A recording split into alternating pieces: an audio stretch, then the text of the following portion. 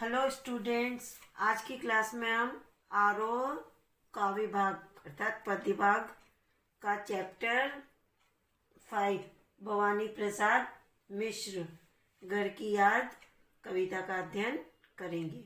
तो सबसे पहले हम भवानी प्रसाद मिश्र का जीवन परिचय देखेंगे। देखिए, कुछ लिख के सो, कुछ पढ़ के सो यानी सोना वाला, जिस जगह जागा सवेरे उस जगह से बढ़ के सो।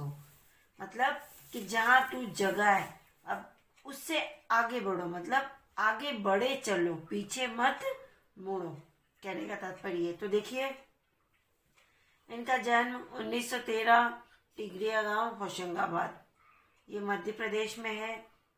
और ये इनकी रचनाओं के नाम है। और जो इन्हें प्रमुख सम्मान अर्थात इनकी उपलब्धियां, तो साहित्य अकादमी, मध्य प्रदेश शासन का शिखर सम्मान, दिल्ली प्रशासन का गालिब पुरस्कार एवं पद्मश्री से अलंकृत किया गया है। मतलब इनको साहित्य लेखन में योगदान देने के लिए इन पुरस्कारों से सम्मानित किया गया है।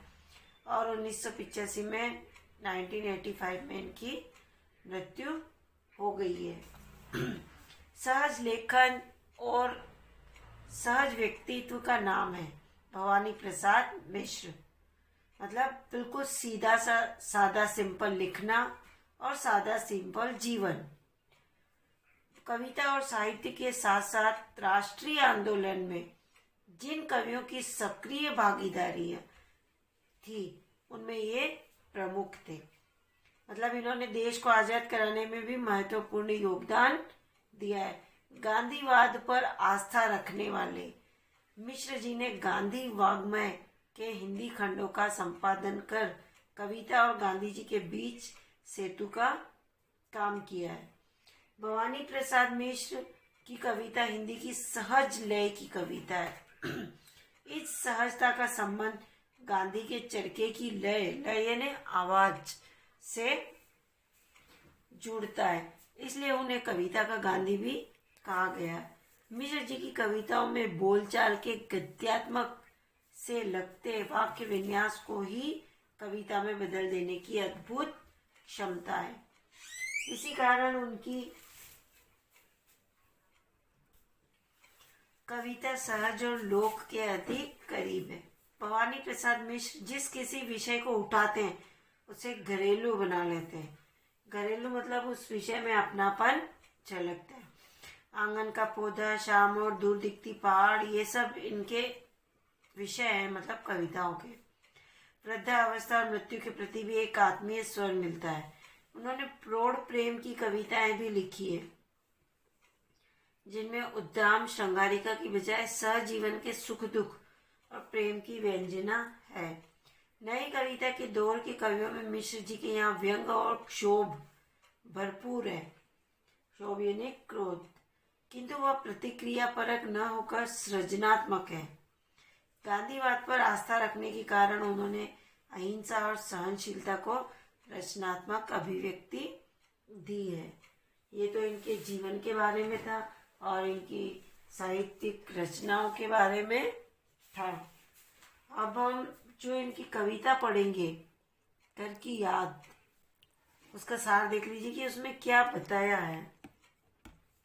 तो घर की याद जो कविता है उसमें घर के मर्म का उद्घाटन है, मतलब घर की पीड़ा का उद्घाटन किया है इन्होंने। कवि को जेल प्रवास के दौरान घर से विस्थापन की पीड़ा सताती है, मतलब सताती है घर से अलग होने की। और इनको 1942 में असहयोग आंदोलन में भाग लेने के कारण अंग्रेजी सरकार द्वारा 3 वर्ष के लिए जेल की सजा दी गई थी। तब यह जेल चले गए थे और अपने घर वालों से अलग हो गए थे। तब इन्हें ये घर से अलग होने का दुख सताता है। और उस जेल में कवि के स्मृति संसार में उसके परिजन एक एक कर शामिल होते चले जाते हैं। अब उस जेल में उसको अपने परिवार की याद आती है, तो उनके परिवार में जितने भी सदस्य हैं, माता पिता भाई बहन, घर का आंगन, ये सब उनके स्मृति पटल पर एक एक कर याद आते हैं। घर की अवधारणा की सार्थक और मार्मिक याद कविता की केंद्रीय संवेदना है। मतलब यही कविता का केंद्रीय भाव है। केंद्र है मतलब मूल संवेदना है कि घर की अवधारणा की सार्थक और मार्मिक, मतलब घर की जो धारणा है, घर की जो सोच है, उसको सार्थक और मार्मिक तरीके से इस कविता में कवि ने पिरोया है। तो यही उनकी मूल संवेदना है। और यह कविता कवि की भावपूर्ण काव्यात्मक अभिव्यक्ति है, जिन्हें उन्हें घर के प्रति अपने लगाव तथा परिजनों की उभरती स्मृतियों की मार्मिक प्रस्तुति दी है। चलिए देखिए, घर की याद, कवि को अपने घर की याद सताती है। तो इस कविता का नाम ही घर की याद है। इसमें शांत रस, प्रसाद गुण, खड़ी बोली और अनुप्रास अलंकारों का प्रयोग किया गया है। ये सब आप पहले लिख लीजिए अपनी पुस्तक पर। अब देखिए, और ये छंदबद्धता है, ये जो छंद है ये सब एक मतलब क्रम में बंधे हुए हैं, इसलिए छंदबद्धता है। तो देखिए, सबसे पहले आज पानी गिर रहा है, बहुत पानी गिर रहा है, रात भर गिरता रहा है, प्राण मन गिरता रहा है। बहुत पानी गिर रहा है, घर नजर में तिर रहा है, घर की मुझसे दूर है जो, घर खुशी का पूर है जो। पूर यानी खुशी से भरा हुआ। तो सबसे पहले आप इसका संदर्भ देखिए। संदर्भ सभी के लिए समान ही रहेगा। प्रस्तुत पंक्तियां हमारी पुस्तक आरोह काव्य भाग चैप्टर 5 भवानी प्रसाद मिश्र द्वारा रचित कविता घर की याद से अवतरित है, अर्थात ली गई है। अब इन पंक्तियों में जो अभी मैंने पढ़ी, इन पंक्तियों में कवि को जो अंग्रेजी सरकार ने असहयोग आंदोलन में सक्रिय भाग लेने के लिए कारावास भेज दिया था, तो उस कारावास में कवि को अपने घर की याद आती है और उसके मन में घर के प्रति संवेदना बढ़ती जाती है। उसका वर्णन किया गया है। तो देखिए, कवि कहता है कि आज बादल निरंतर पानी बरसा रहे हैं। आज बादल चारों ओर से लगातार वर्षा कर रहे हैं और बहुत पानी गिर रहा है, मतलब वर्षा भी लगातार हो रही है, बहुत पानी बरस रहा है, रात भर गिरता जा रहा है, मतलब पूरी रात हो गई है, बिल्कुल भी पानी ने मतलब ठहराव नहीं लिया है, रात भर भी पानी बरस रहा है। प्राण मन गिरता जा रहा है। कवि कहता है कि जैसे जैसे पानी गिरता जा रहा है, जैसे जैसे वर्षा गिरती जा रही है, वैसे वैसे कवि का हृदय, उसके प्राण मतलब घर की स्मृतियों में गिरते जा रहे हैं, मतलब उसका मन, उसके प्राण, उसके घर वालों की याद से गिरता जा रहा है। बहुत पानी गिर रहा है और अधिक पानी गिरता जा रहा है और घर नजर में तिर रहा है। मतलब कहने का कि इस घनघोर वर्षा के समय में कवि को अपना घर अपनी आंखों में तिरता हुआ नजर आ रहा है, अर्थात उसे घर की स्मृतियां आंखों में उभर रही है। और वह जो अब कवि घर से बहुत दूर है, जिसमें संपूर्ण खुशियां समाई हुई है, आज वही घर इस वर्षा में रह रहकर कवि को याद आ रहा है। मतलब कवि को अपना घर याद आ रहा है, वो घर जिस घर में सारी खुशियां भरी हुई है, वो घर सारी खुशियों से भरा हुआ है। तो कवि को वो घर कारावास में तेज वर्षा के बीच में उसकी आंखों में वो घर तिर रहा है, याद आ रहा है। अब नेक्स्ट देखिए, घर में 4 भाई, मायके में बहन आई बाप के घर, हाय रे परिताप के घर। परिताप यानी दुख होता है। कवि कवि कहता है इसमें अपने भाई बहनों को याद कर कवि का हृदय व्याकुल हो उठता है। इस सबसे पहले तो वो पूरे घर को याद कर रहा था, अब वो अपने भाई बहनों को क्रम से याद करता है। तो इसमें वो अपने भाई बहनों को याद करके व्याकुल हो उठता है।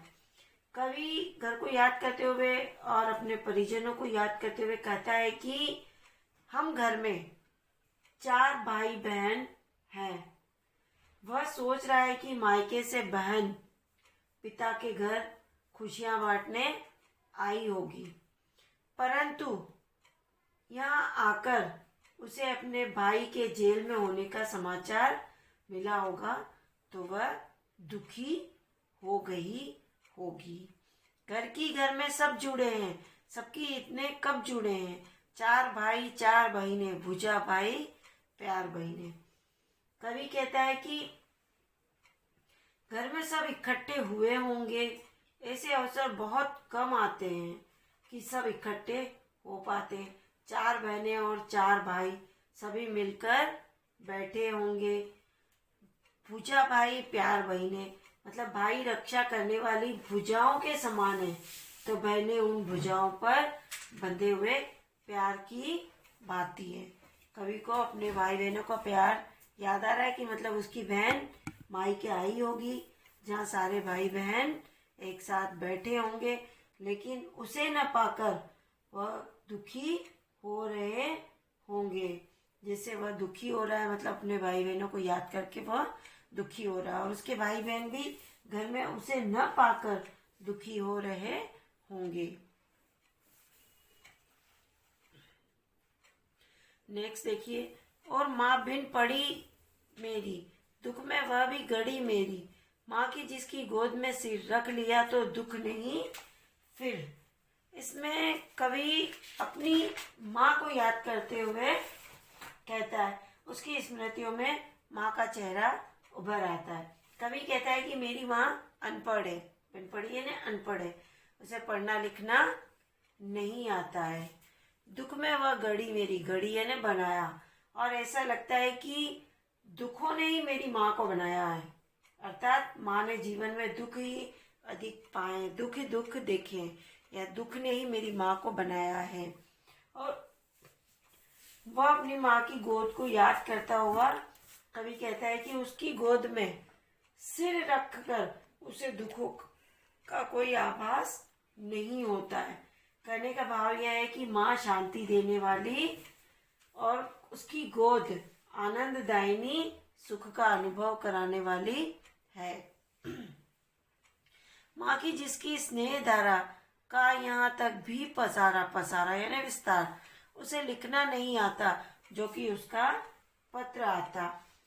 कवि का मानना है कि माँ की प्रेम की धारा इतनी विस्तृत है, इतनी फैली हुई है कि वह इस कारावास तक फैली हुई है, अर्थात माँ दूर होते हुए भी अपने हृदय से उसे आशीर्वाद देती हुई स्नेह लुटाती रहती है।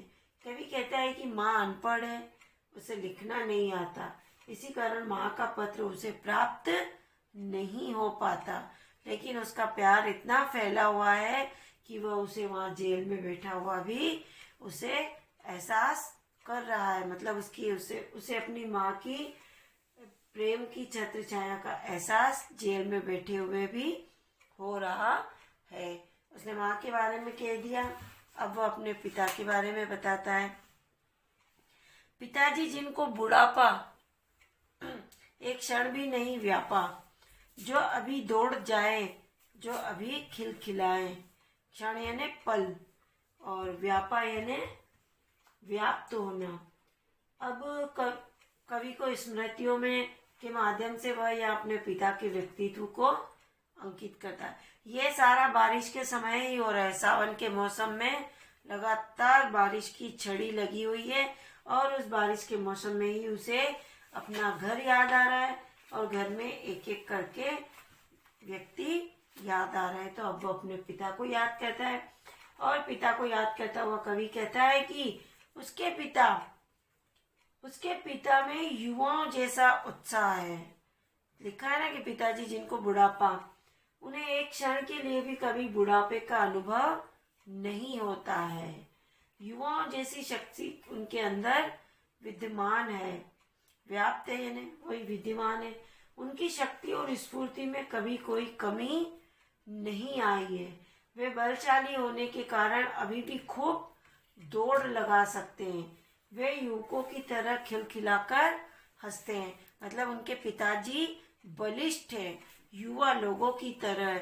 उनके अंदर एक क्षण के लिए भी बुढ़ापा व्याप्त नहीं होता है। वे अभी भी इतने युवा, उनके अंदर युवा की तरह शक्ति है कि वे अभी भी दौड़ जाते हैं और युवा की तरह खिलखिलाकर हंसते हैं। मौत के आगे न हिचके, शेर के आगे न बिचके।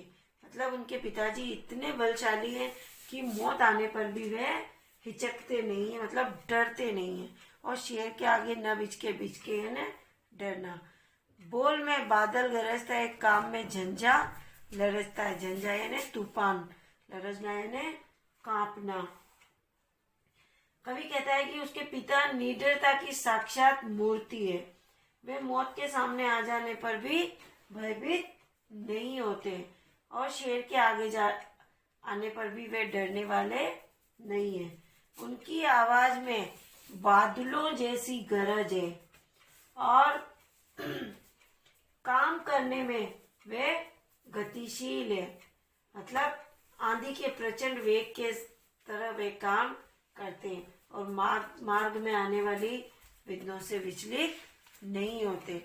ये उन्होंने उनके अपने पिताजी के व्यक्तित्व के बारे में बताया है। कभी अपना घर याद कर लिया, अपने भाई बहनों को याद कर लिया, अपने माताजी को याद कर लिया, अपने पिताजी को। अब इन पंक्तियों में कवि अपने पिता की धार्मिक प्रवृत्ति एवं शरीर सौष्ठव का वर्णन कर रहा है कि आज गीता पाठ करके दंड 260 करके, दंड एक प्रकार का व्यायाम है, इसे आप उठक बैठक भी कह सकते हैं। खूब मुगदर हिला लेकर, मुगदर यानी व्यायाम में प्रयोग किया जाने वाला साधन, मूठ उनकी मिला लेकर। तो देखिए कवि अपने पिता के बारे में बताता हुआ कहता है कि आज भी उन्होंने सुबह नियमानुसार गीता का पाठ किया होगा, क्योंकि कवि तो कारावास में और ये सारे मेंबर घर में हैं। तो कवि वहां बैठकर उनको याद कर रहा है और सोच रहा है कि किसने क्या किया होगा।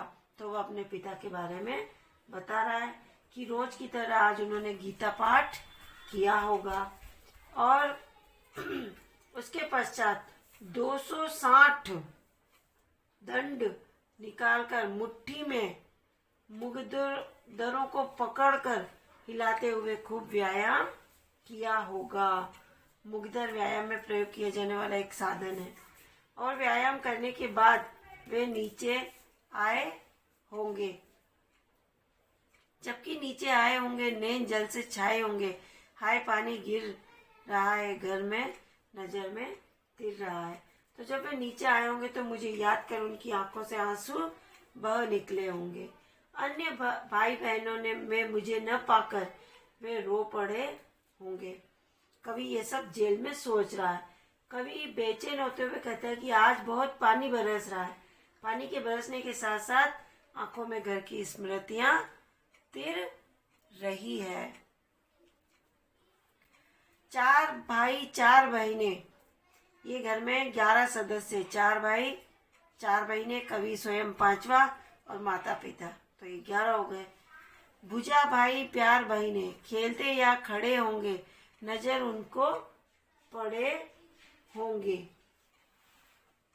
देखिए वो अपने भाई बहनों और पिता की स्मृतियां उसके हृदय में उभर रही है। कवि सोच रहा है कि पिताजी गीता पाठ और व्यायाम के पश्चात जब नीचे आए होंगे तब चारों भाई और चारों बहनें या तो वहां खड़े होंगे या प्यार से खेल रहे होंगे। और भाई भुजाओं के समान तो बहनें भुजाओं पर बंधे प्यार के समान। और जब पिताजी ने उनको खेलते हुए उनको देखा होगा और उनकी नजर उन पर पड़ी होगी, उन बच्चों पर, तो पिताजी जिनको बुढ़ापा एक क्षण भी नहीं व्यापा, रो पड़े होंगे बराबर 5वें का नाम लेकर। मतलब वे पिताजी जिनको एक क्षण के लिए भी बुढ़ापा नहीं घेर पाया, मतलब एक क्षण के लिए भी उनमें बुढ़ापे का विस्तार नहीं हुआ, वो आज उन 8 भाई बहनों में मुझे न पाकर रो पड़े होंगे। मतलब 4 भाइयों में मैं 5वें नंबर का हूँ। मतलब अपने वे 5वें पुत्र को वहाँ पर न पाकर रो पड़े होंगे, बेचैन हो गए होंगे। पुत्र का स्मरण कर उन व्यतीत हो गया होगा और उनकी आंखों से अश्रुधारा बह निकली होगी। 5वां मैं हूँ अभागा, जिसे सोने पर सुहागा। पिताजी कहते रहे हैं, प्यार में बहते रहे हैं। उसे ये स्मृतियाँ याद करती है। यहाँ कवि अपनी उन्हीं यादों का वर्णन कर रहा है। कुल मिला के इस पूरे चैप्टर में कवि अपने घर की यादों का ही वर्णन कर रहा है। बारिश, सावन के समय में तेज बारिश हो रही है, उस बारिश में उसे अपने घर याद आ रहा है। तो कवि कहता है कि उसे स्मरण हो आता है कि पिताजी अपने 4 पुत्रों को सोना मानते थे और स्वयं कवि को सोने पर सुहागा कर माना करते थे।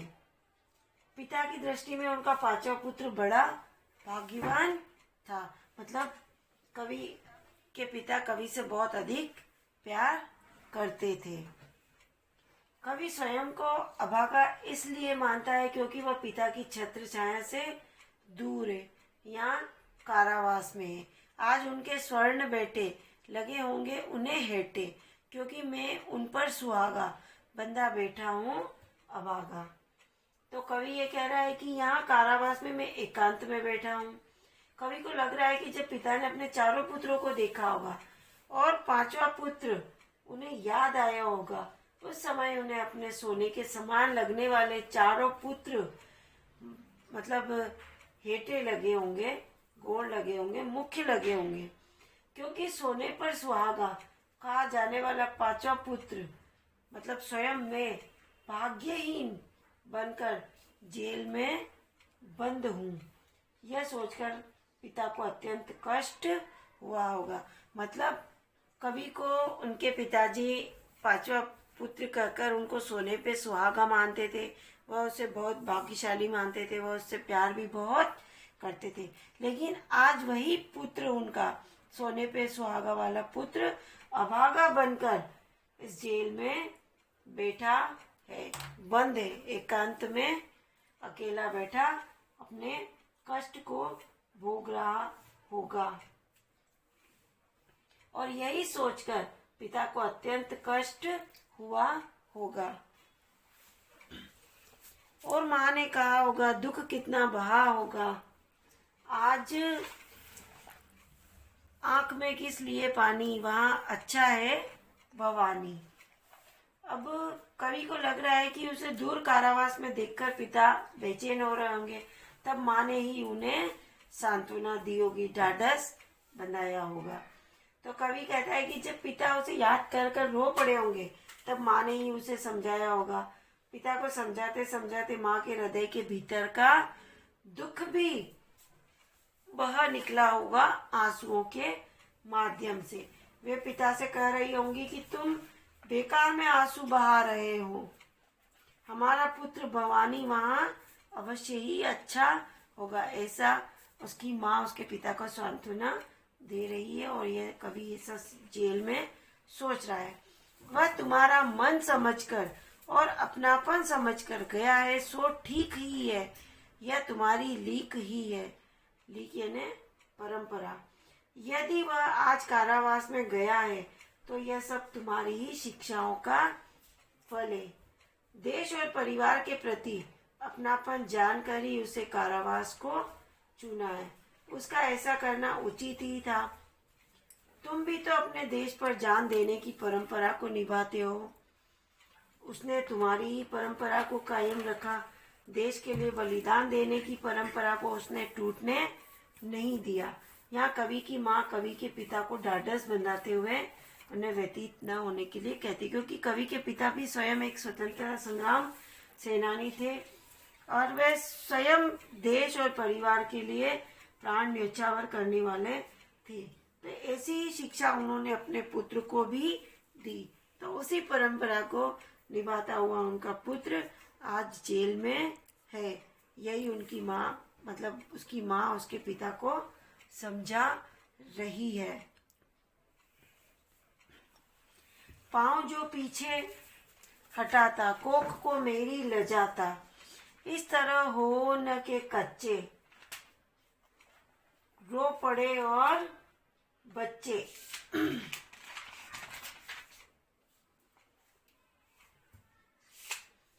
कभी पिता उसे याद कर व्यथित हो रहे होंगे तो उस समय माँ ने उन्हें दिलासा दिया होगा। तो देखो कवि कह रहा है कि माँ को पिताजी को इस समय ढाढ़स बंधाते हुए कह रही होंगी कि यदि हमारा पुत्र देश के सम्मान की रक्षा हेतु कारावास जाने से डर जाता और वह अपने कदम पीछे हटा लेता तो ऐसा करके वह गलत कार्य ही करता। ऐसा करने से मेरी कोख लज्जित होती। आज उसने अपने कर्तव्य को पूरा कर हमारा मान ही बढ़ाया है। माँ पिताजी को समझाती हुई यदि कहती है कि पिताजी ने कहा होगा, हाय कितना सहा होगा, कहाँ मेरा, मैं रोता कहाँ हूँ, धीर में खोता कहाँ हूँ। कि यदि तुम इस तरह धैर्य खोकर रो पड़ोगे तो तुम्हें देख बाकी बच्चे भी रोने लगेंगे। कवि के समक्ष स्मृति चित्र उभर रहा है।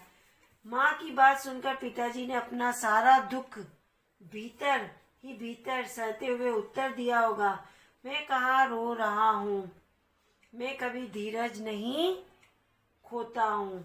यहाँ कवि स्पष्ट कह रहा है कि पिता उसकी माँ से अपने अश्रु और अपना दुख छिपाने का प्रयास कर रहा है। इस वाले पद्य में पाँव हटाना और कोख लजाना ये दोनों मुहावरों का प्रयोग हुआ है। अब देखिए नेक्स्ट, मतलब कुल मिला के पिताजी परेशान